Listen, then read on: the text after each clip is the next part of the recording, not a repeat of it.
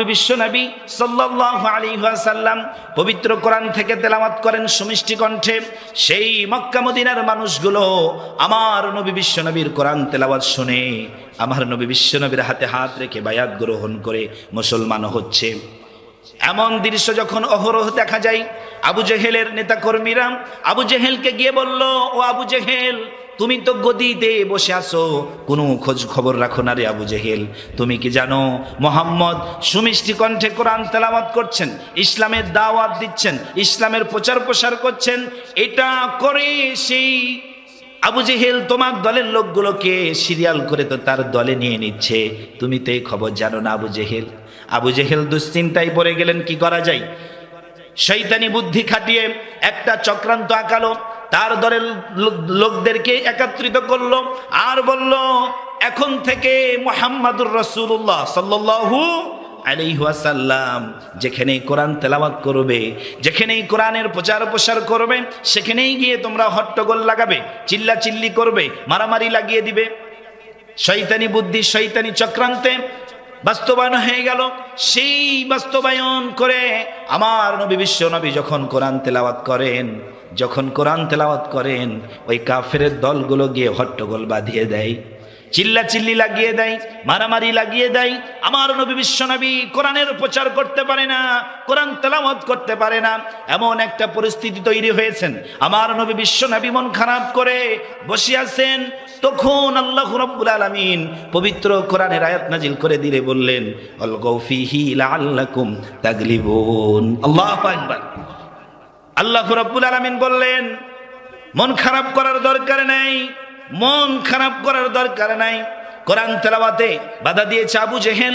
হে নবী, আজকে নয়, এই যুগের আবু জেহেল মরে যাবে, যুগে যুগে যত আবু জেহেল আসবে, এ সকল আবু জেহেলেরা কোরআনের আলোচনায় বাধা দিবে, এ সকল আবু জেহেলেরা কোরআন তেলাওয়াতে বাধা দিবে। বলুন কথা ঠিক না বেঠিক?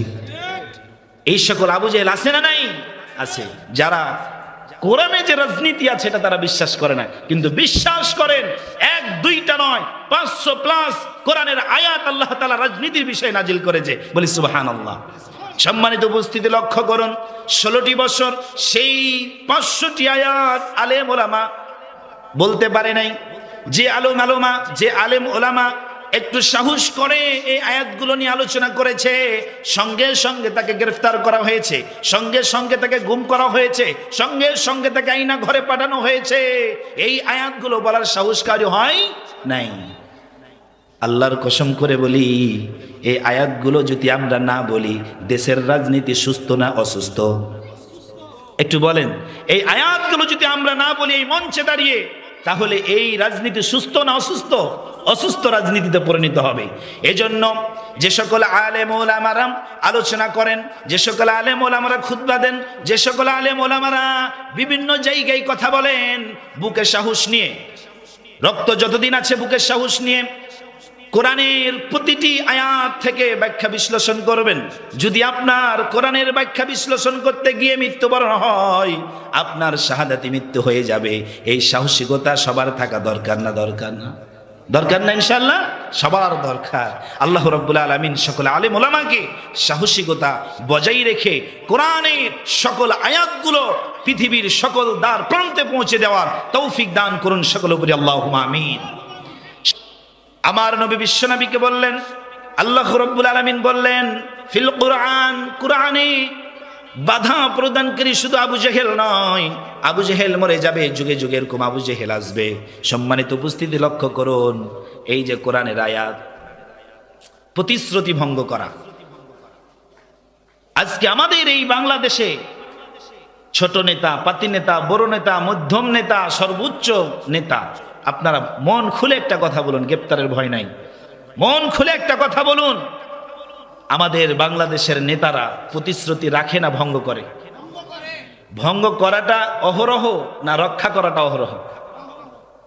ভঙ্গ করাটা তাদের একেবারে অহরহ, মানে এটা তারা কোনোভাবে তারা মাথায় নেয় না।